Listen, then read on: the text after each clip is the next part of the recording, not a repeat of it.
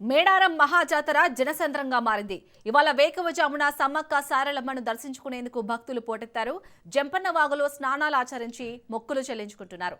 ఇక మేడారం జాతరకు సంబంధించి మరిన్ని వివరాలు మా రీజనల్ కోఆర్డినేటర్ చంద్రశేఖర్ అందిస్తారు. మేడారం మొత్తం పులకించిపోయింది. నిన్న జరిగిన మరో అద్భుత ఘట్టానితో మేడారం మొత్తం కూడా భక్త జన సందోహంతో మొత్తం కూడా అమ్మల నామస్మరణతో మొత్తం మేడారం అంతా కూడా పులకించిపోయింది. మనం చూడొచ్చు, మనం ప్రస్తుతం మేడారంలోని గద్దెల ప్రాంతంలో ఉన్నాము. పున్నమి వెన్నెల్లో సమ్మక్క తల్లి నిన్న మేడారంలోని గద్దెలపైకి వేంచేశారు. అశేష జనం స్వాగతం పలుకుతూ ఆనందం వ్యక్తం చేస్తున్న వేళ అమ్మను చూడాలని బారులుగా నిలబడి అందరూ స్వాగతిస్తుంటే మేడారంలోని గద్దెపైకి సమ్మక్క తల్లి వేంచేశారు. సమ్మక్క తల్లి రాకతో నిండు జాతరనైతే తలపిస్తుంది. మొత్తం గద్దెల ప్రాంగణం నిన్న రాత్రి నుంచి కూడా ఇప్పటికి కూడా భారీగా భక్తులు వస్తున్నారు. మొత్తం మనం చూడొచ్చు, నిలువెత్తు ఎత్తు బెల్లాన్ని, ఒడి బియ్యాన్ని, చీర సారతో అమ్మకు సమర్పించాలి. అమ్మ దీవెనలు మా కుటుంబం పైన ఉండాలి.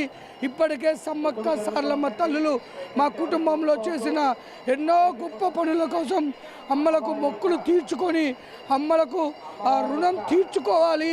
ప్రతి 2 ఏళ్లకు ఒకసారి జరిగే ఈ అద్భుత ఘట్టంలో మేము కూడా భాగ్యస్వాములు అవ్వాలని చెప్పేసి చిన్నపిల్లలు, పెద్ద పిల్లలు, వృద్ధులు తారతమ్యం లేకుండా మొత్తం ఒక పక్క పిల్లల్ని ఎత్తుకొని మరో పక్క ఎత్తు బెల్లాన్ని, ఒడి బియ్యాన్ని, చీర సారని పట్టుకొని అమ్మకు సమర్పించడానికి వస్తున్న లక్షలాది మంది భక్తులతో మేడారం మొత్తం కూడా పులకించిపోయింది. జంపన్న వాగు జన జాతర తలపిస్తుంది. మొత్తం ఆ జంపన్న వాగులో శివ సత్తులు, పూనకాలు, ఆ పుణ్యస్థానాలు, తలనీలాలు సమర్పించడం కోలాహలంగా ఉంది. అక్కడి నుంచి ఆ కుటుంబ సమేతంగా కూడా అమ్మలను దర్శించుకోవడానికి గద్దెల ప్రాంతానికి వస్తున్నారు.